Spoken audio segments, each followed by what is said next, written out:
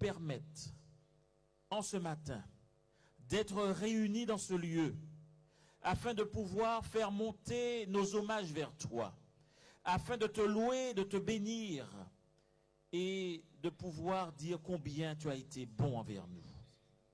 Seigneur, nous voulons remettre ce programme entre tes mains.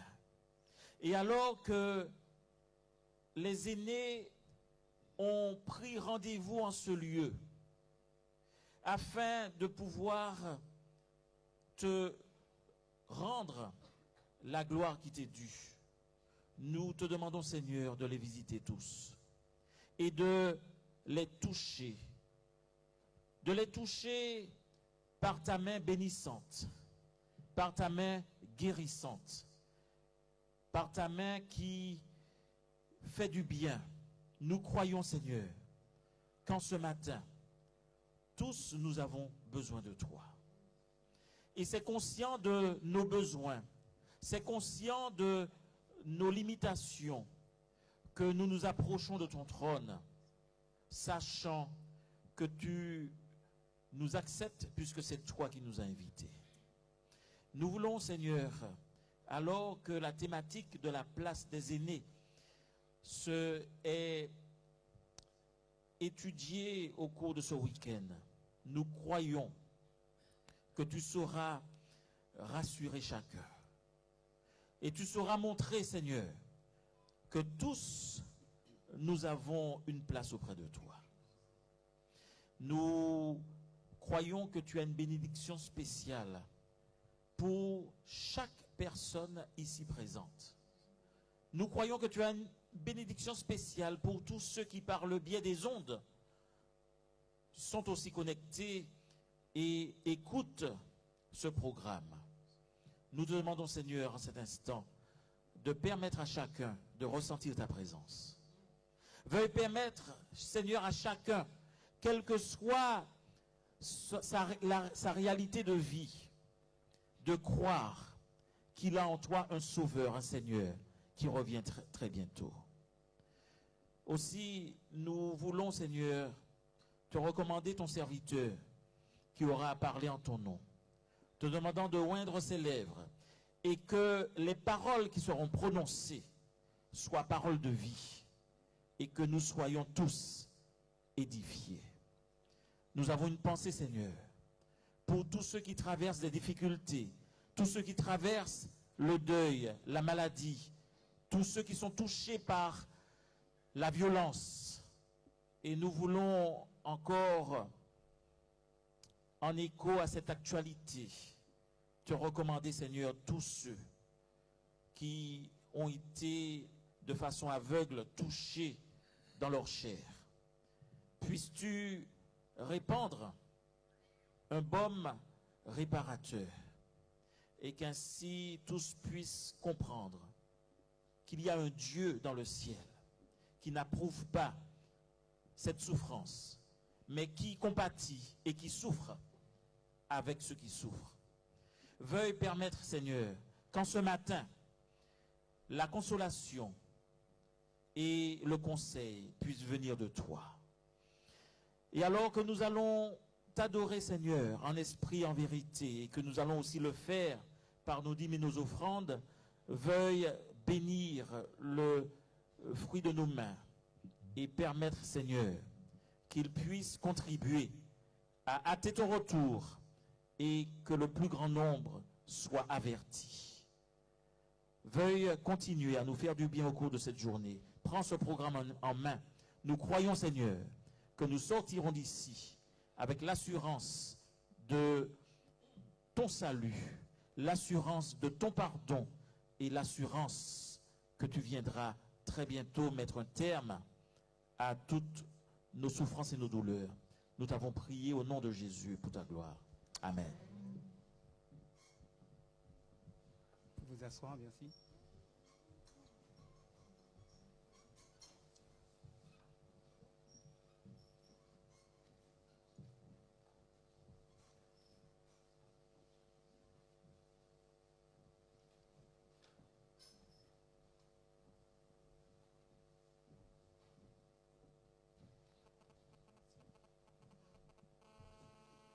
Service de fidélité. Nous allons lire dans Malachie 3, le verset 10. Afin qu'il y ait de la excusez-moi, afin qu'il y ait de la nourriture dans ma maison, mettez-moi de la sorte à l'épreuve, dit l'Éternel des armées.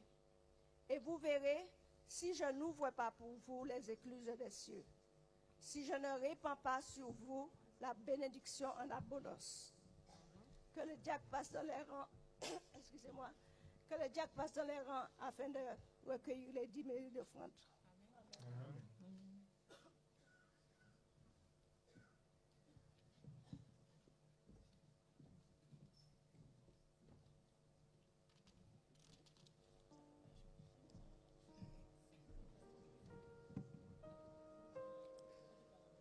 Le 190, toi qui disposes de toutes choses.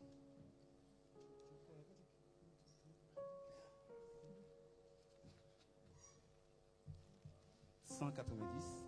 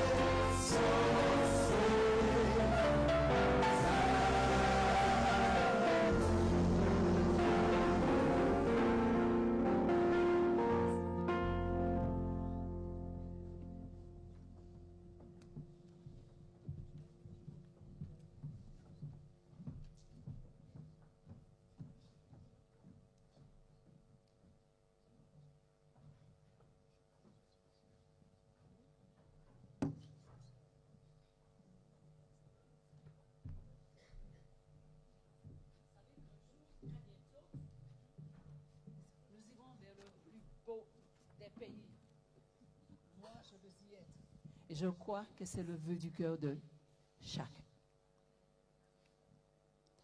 J'ai entendu parler de rivage lointain. C'est une belle demeure pour l'âme. Oui, bâtie par Jésus, là nous ne mourrons plus. Sur une terre où nous ne vieillirons plus.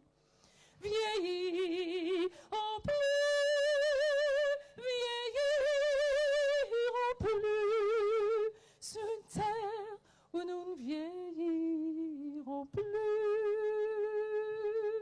Vieillirons plus, nous ne vieillirons plus. Sur une terre où nous ne vieillirons plus. Dans cette belle demeure où nous ne lutterons plus et que nos ennuis sont tous passés, toutes nos peines finiront et nos voix s'uniront avec nos bien-aimés retrouvés.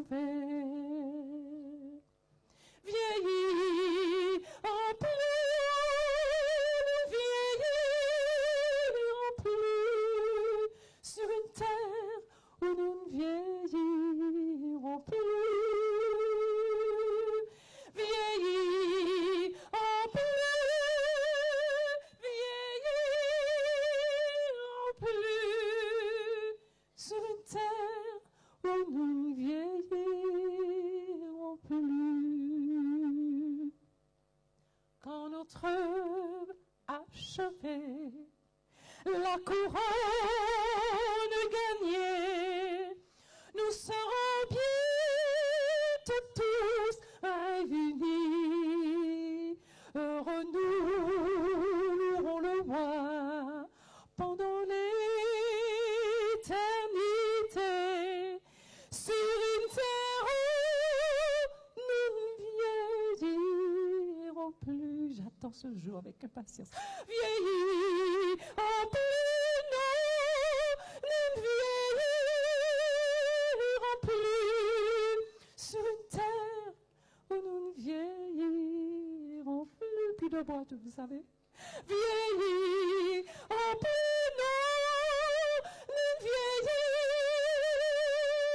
plus sur une terre où nous ne vieillirons plus. Avec moi.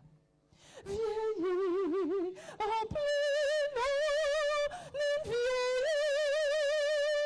plus sur une terre où nous ne vieillirons plus jamais.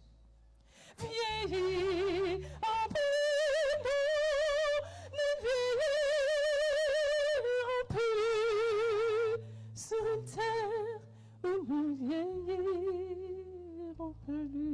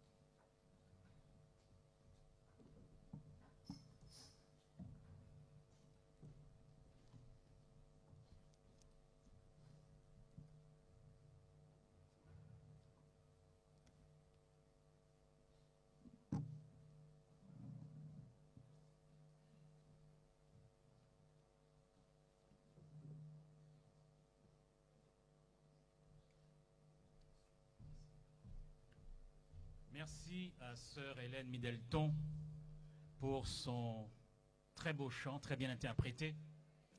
C'est un classique qui traduit notre espérance chrétienne commune à tous, n'est-ce pas? Et je crois que pendant qu'elle exécutait ce chant, elle ne l'a pas exécuté, sans quoi il serait mort, mais elle nous l'a vraiment interprété. Pendant qu'elle chantait ce chant, nous nous sommes sentis immortels, pas vrai? Déjà projetés dans ce moment bienheureux où le Seigneur nous changera, nous transformera définitivement et totalement. Félicitations à tous. Félicitations à chacun d'entre vous pour votre présence ici ce matin. Parce que s'il manquait l'un d'entre vous, ce programme ne serait pas le même. Oui, chacun compte pour le Seigneur. Chacun d'entre vous, où que vous vous trouviez dans la salle, vous comptez pour le Seigneur. Chers amis, félicitations également aux responsables de clubs qui ont organisé la venue de chacun. Nos remerciements aux autorités municipales pour la mise à disposition de ce lieu. Et c'est un privilège, nous le savons tous, que de pouvoir être réunis ce matin en paix pour louer le Seigneur. Nous apprécions également la présence de nos responsables, tant au niveau de l'Union des Antilles et Guyane françaises que de notre fédération.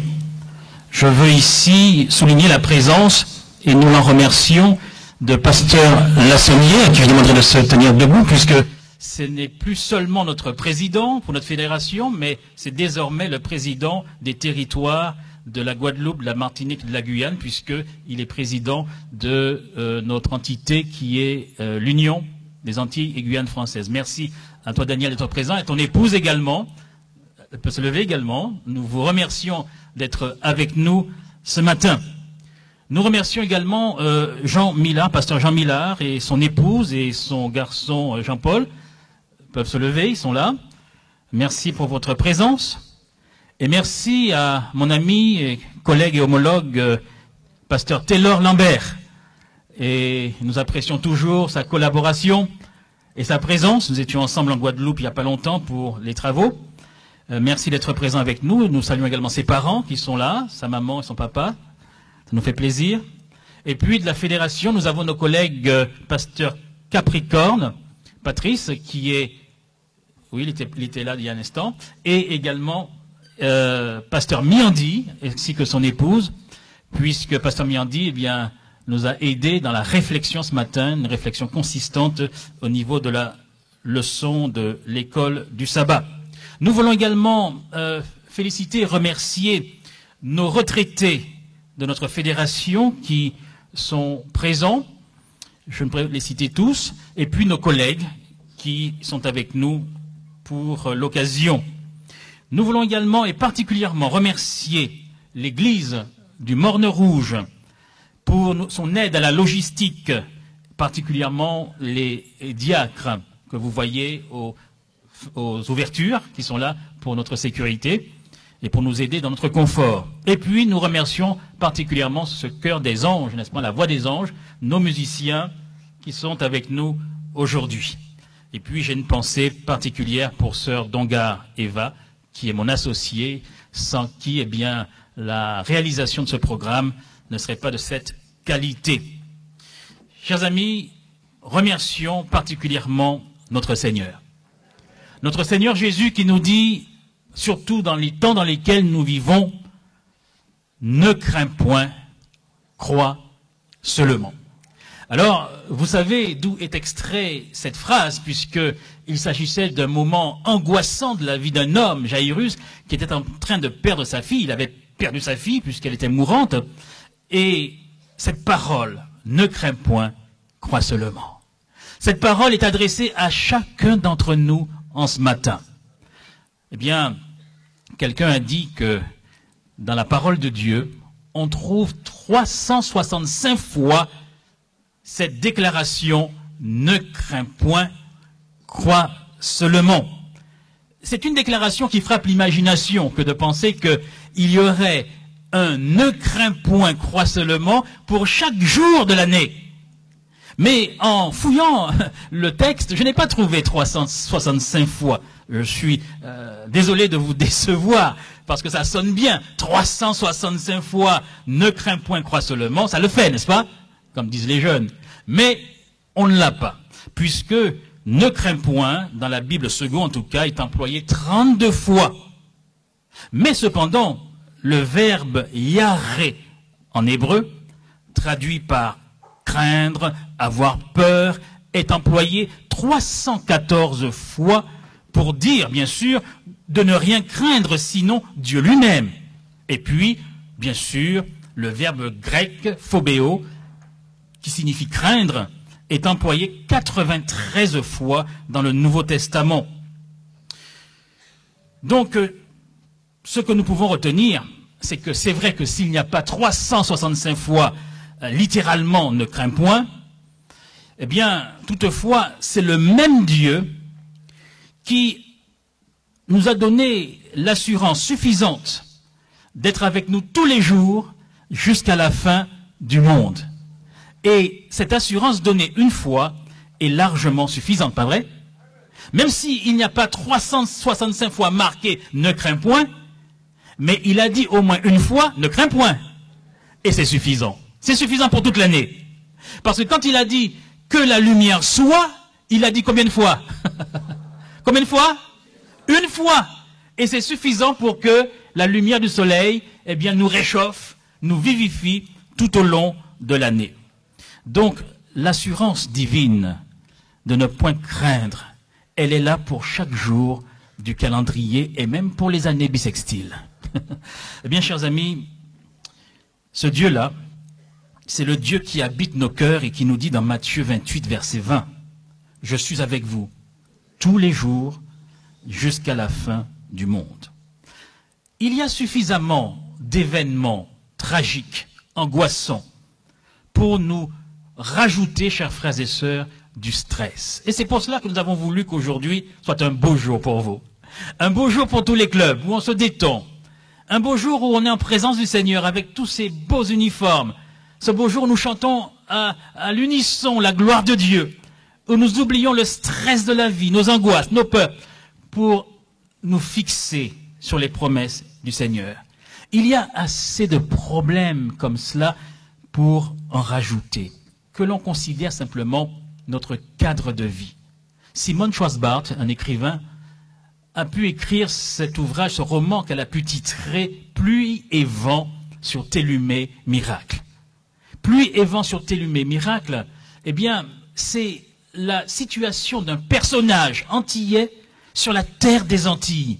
Et la terre des Antilles que nous habitons est une terre qui nous produit inconsciemment, sans que nous le voulions, un stress permanent. Pourquoi? Les cyclones, les tremblements de terre. Ah, on n'y pense pas tous les jours, et heureusement. Mais c'est là, quelque part, dans un coin de notre tête. Les inondations. Ah, les amis de Rivière-Pilote, laissez-moi voir vos mains. Courage, les amis, n'est-ce pas? Je suis avec vous parce que vraiment, je suis avec vous. J'ai été inondé aussi, j'habite près de la rivière. Et tout mon sous-sol a été inondé. Alors, courage, les amis. Mais voilà dans quoi nous vivons. Nous pensons aux retraites précaires qui s'amenuisent, qui fondent de plus en plus, non pas seulement comme neige au soleil, mais comme du beurre au soleil, n'est-ce pas? Nous pensons aux dettes que nous aurions pu contracter et nous avons parfois du mal à rembourser. Nous pensons à nos relations avec nos enfants qui ne sont pas toujours au beau fixe. Nous pensons à notre santé qui peut-être se dégrade de jour en jour. Nous pensons peut-être à un handicap que nous portons avec courage. Quant à tout cela vient s'ajouter le climat actuel des attentats. Eh bien, c'est pénible à vivre. Oui, quand j'ai vu ces images à la télévision, il y a 15 jours, je passais dans cette rue avec mon épouse. Et ça fait un petit choc quand même de voir ce qui s'y est produit. Et si on a de la famille là-bas, ça laisse à craindre. Et puis on se dit, et s'il venait par ici? Alors là, là c'est vraiment ce qui nous met vraiment dans une situation d'angoisse. Eh bien, quels sont les effets de l'angoisse? Quels sont les effets sur le corps et sur l'esprit? On les connaît. maux de tête, douleur à la poitrine, tension artérielle élevée, souffle court, douleur dans les muscles, douleur au dos, les dents qui grincent, maux d'estomac, constipation, diarrhée, transpiration accrue, état de fatigue permanent, trouble du sommeil, perte ou prise importante de poids, perte de la libido, pour certains c'est un soulagement, démangeaison, anxiété, incapacité à se détendre, sentiment d'inquiétude permanent, irritabilité, dépression, tristesse, colère, changement d'humeur fréquent, insatisfaction au travail, sentiment d'insécurité, trouble de la mémoire, sentiment de culpabilité. Oui, l'angoisse produit tout ça. Difficulté à se concentrer, pessimisme récurrent, manger trop ou pas assez, abus de médicaments. Certains, vont vers l'alcool, le tabagisme élevé, perte de contact avec l'environnement, on s'isole, envie de pleurer, conflit relationnel, baisse de l'efficacité, rejet de la faute sur les autres et j'en passe. Oui, nous avons les effets, nous connaissons les effets de l'angoisse sur nos vies. Du temps de Jésus, chers amis, les hommes et les femmes avaient les mêmes craintes que celles qui nous habitent. Du temps de Jésus, tout comme aujourd'hui, il y avait des maladies incurables. Vous vous rappelez les récits du Nouveau Testament? Quelles étaient ces maladies incurables qui faisaient que les gens accouraient vers Jésus? La lèpre, entre autres. Et rappelez-vous cette femme atteinte de la perte de sang. Elle ne trouvait aucun médecin, aucun guérisseur pour pouvoir lui apporter soulagement. Oui, du temps de Jésus, il y avait des soucis. Le handicap. Rappelez-moi un épisode de la parole de Dieu où quelqu'un était soumis à un lourd handicap. Dites-moi. Ah ben oui, au bord de la piscine. Chaque fois qu'il voulait plonger, il y a quelqu'un qui y allait avant lui. Les problèmes d'argent, c'est pas d'aujourd'hui. Il y en avait du temps de Jésus. Qu'est-ce qui nous fait dire cela? Jésus lui-même a pu dire, il y aura toujours les pauvres avec vous. Les dettes. Vous vous rappelez de cet homme qui voulait étrangler l'autre parce qu'il lui devait à peine quelques centimes d'euros? Et puis les impôts qui nous tombent comme des coups de matraque sur la tête. Vous ne pensez pas qu'il y en avait à l'époque de Jésus? Qu'est-ce qui nous fait dire ça, qu'il y avait ce souci-là? Dites-moi. Rendez à César ce qui est à César et à Dieu ce qui est à Dieu. Et puis des accidents qui venaient comme ça, sans que personne ne les ait vraiment volontairement provoqués. Il n'y en avait pas du temps de Jésus qui créait l'angoisse? Vous vous rappelez pas un épisode? La tour de Siloé qui est tombée sur ces personnes et ils n'avaient commis aucun crime si ce n'est le fait d'être au mauvais endroit, au mauvais moment. Et les difficultés avec les enfants, il n'y en avait pas à l'époque de Jésus? Vous n'avez pas un exemple à me donner?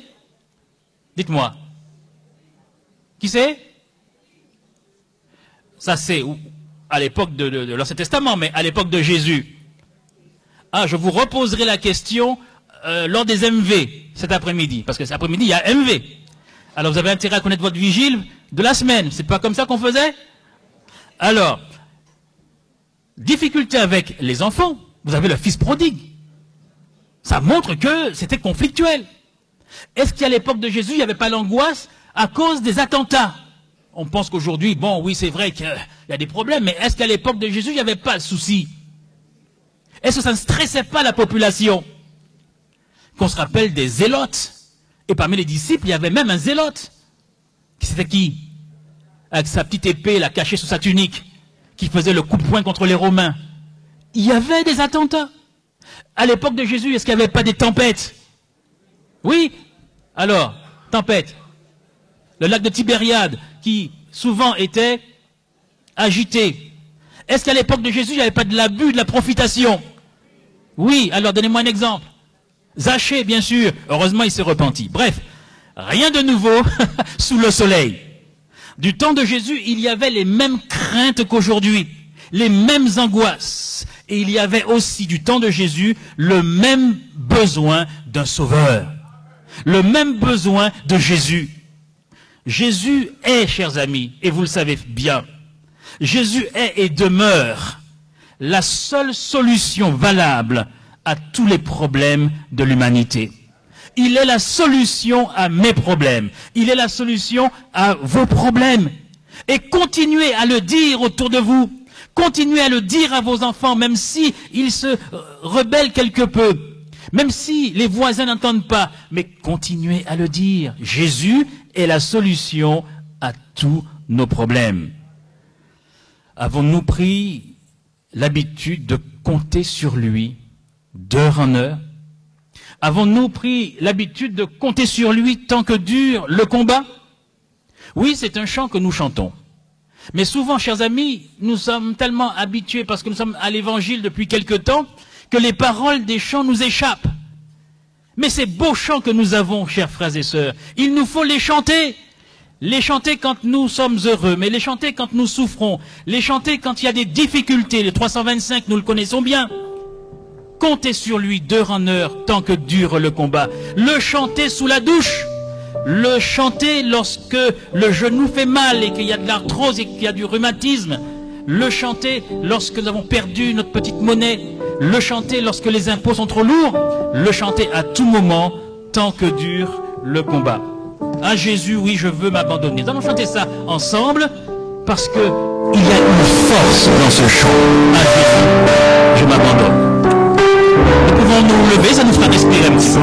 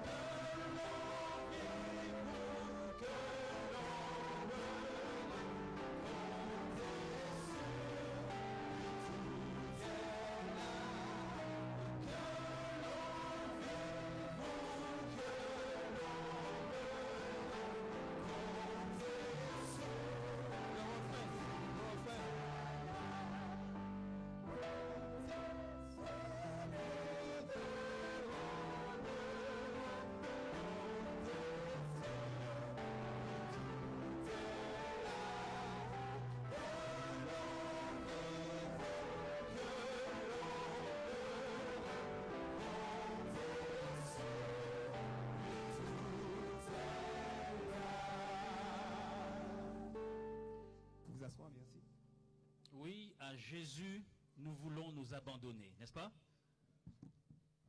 Il y a des problèmes qui nous atteignent comme tout le monde. Et ceci sera le cas jusqu'au retour de Jésus. Il a bien dit qu'il y aura des pauvres avec vous, et ceci jusqu'à mon retour. Et nous payons ainsi l'intrusion du péché dans le monde.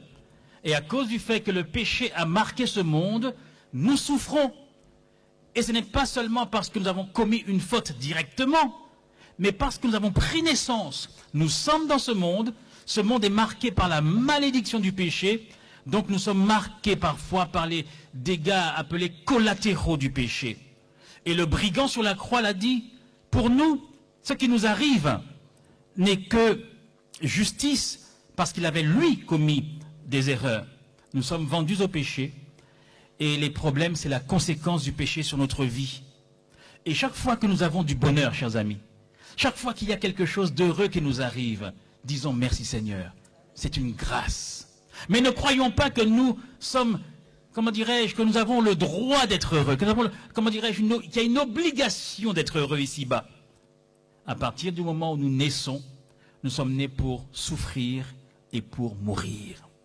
Et chaque fois qu'il y a du bonheur comme ce matin, c'est une grâce de Dieu. Et acceptons cela avec reconnaissance comme une grâce. S'il y a des situations que nous subissons, que nous supportons parce que nous sommes dans ce monde, nous n'avons rien fait pour cela.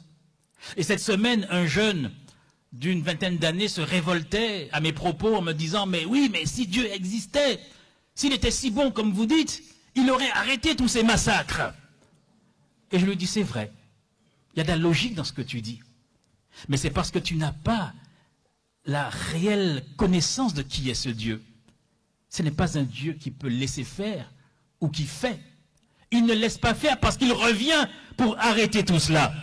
Et c'est cela notre espérance. » Et puis il fallait lui expliquer que la liberté humaine, Dieu a créé l'homme libre. Bref, vous connaissez comment nous argumentons. Mais s'il y a des choses qui nous frappent, chers amis, et si nous sommes affectés dans nos vies par des choses qui nous font souffrir, il faut savoir que nous ne sommes pas obligés de tout subir. Nous ne sommes pas obligés de tout vivre en ayant une attitude fataliste. Il y a des choses que nous pouvons éviter en n'ayant pas une mentalité « ça on les fait, c'est comme ça, c'est bon Dieu qui l'est ça », et puis se laisser aller, tomber dans le fatalisme. Nous avons dans ce pays des droits. Et il y a aussi des dispositifs d'aide pour nous soulager, pour ne pas prendre en pleine dent, de plein fouet, tous les problèmes qui surgissent.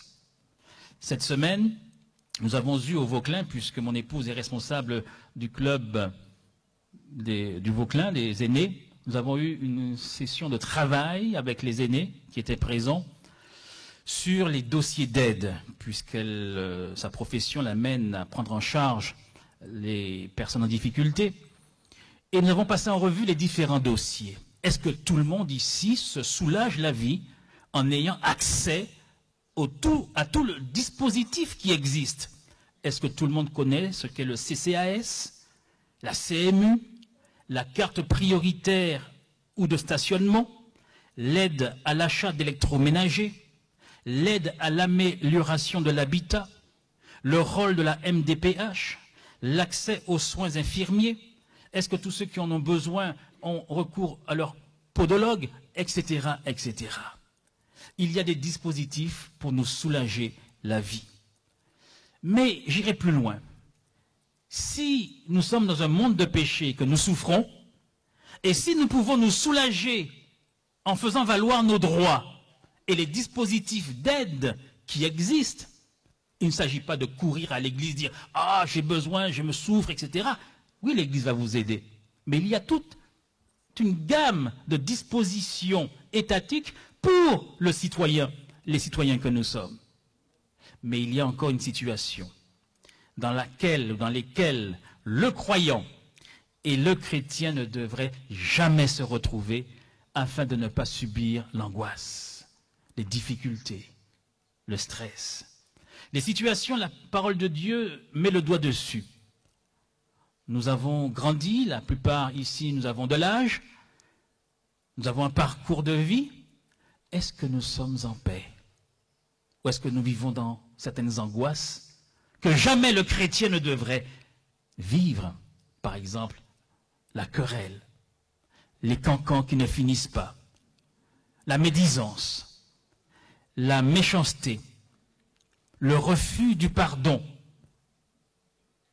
Vous savez, si on continue comme cela à tenir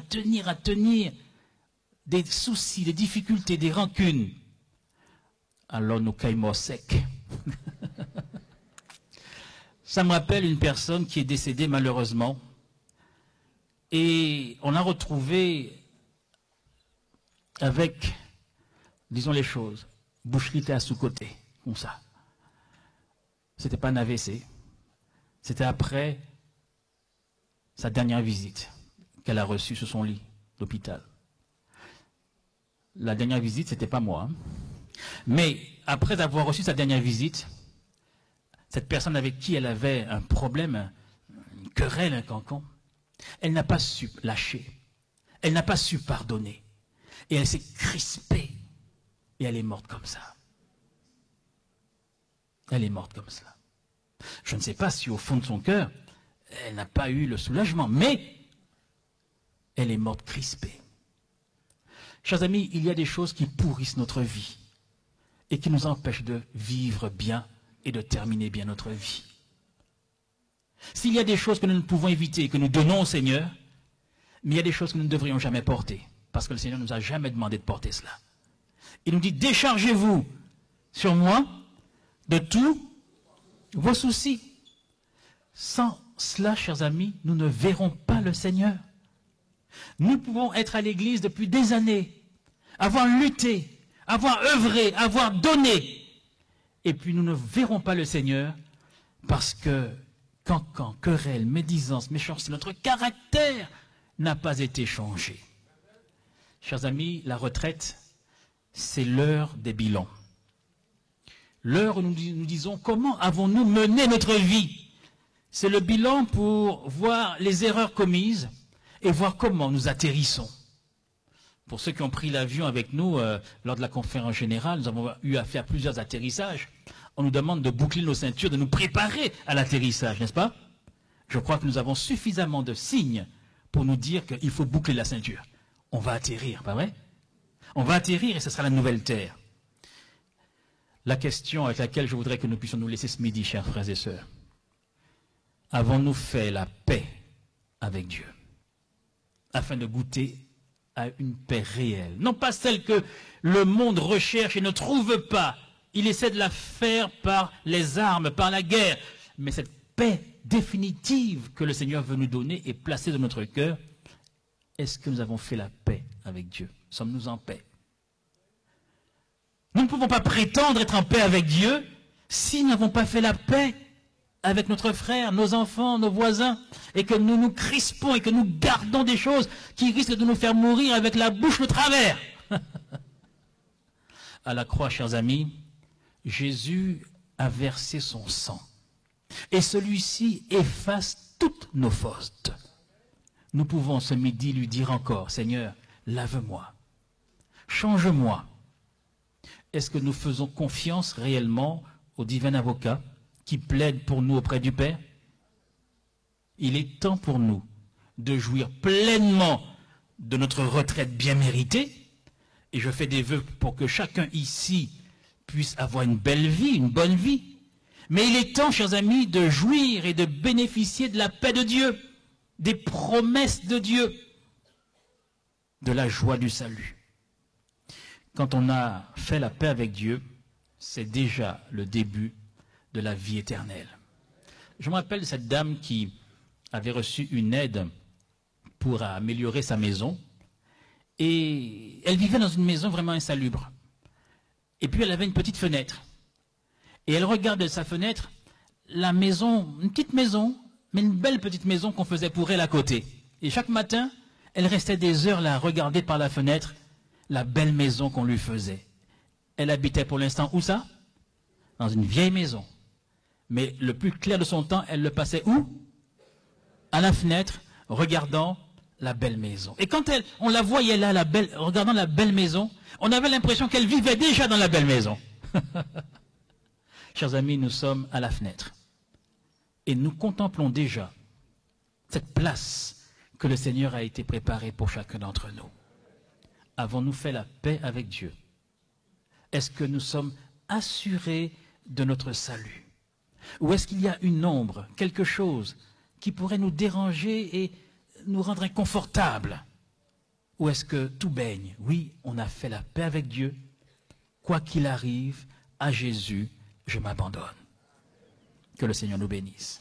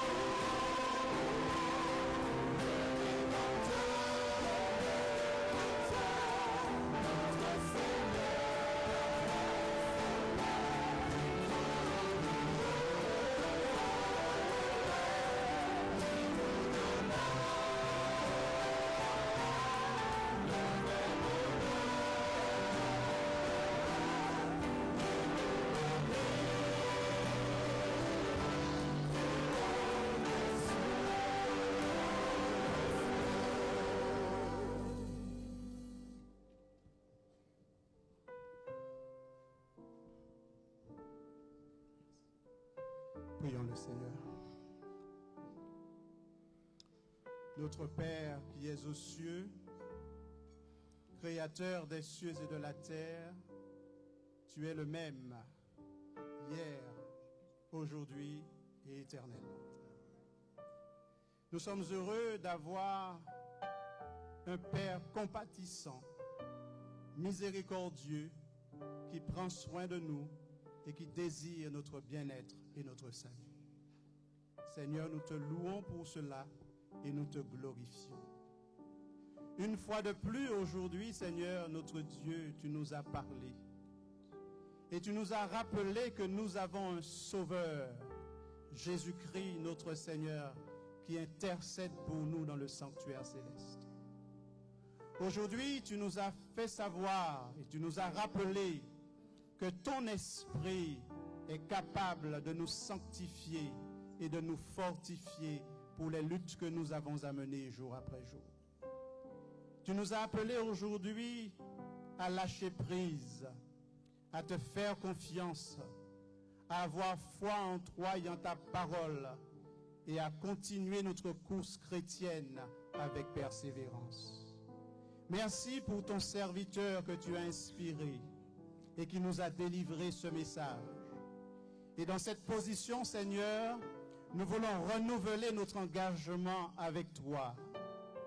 Nous voulons te dire, Seigneur, prends-nous tels que nous sommes et par la puissance de l'Esprit Saint, change nos cœurs, change nos esprits et permets-nous de pouvoir t'appartenir tout entier, corps, âme et esprit.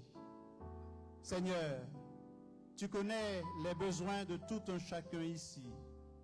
Tu connais les circonstances de nos vies. Tu sais les problèmes par lesquels nous passons. Tu connais les tentations qui nous guettent chaque jour. Tu connais les difficultés qui émaillent notre vie. Mais notre Dieu et notre Père, nous te prions de féconder nos vies par la puissance de l'Esprit Saint et de nous aider à avancer avec toi jusqu'à la victoire finale.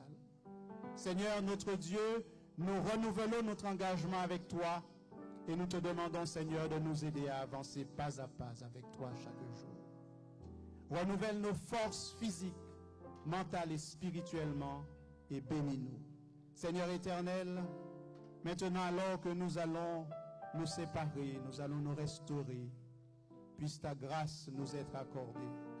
Renvoie-nous avec ta paix, renvoie-nous avec ta bénédiction et que ton nom soit glorifié d'éternité en éternité au nom de Jésus.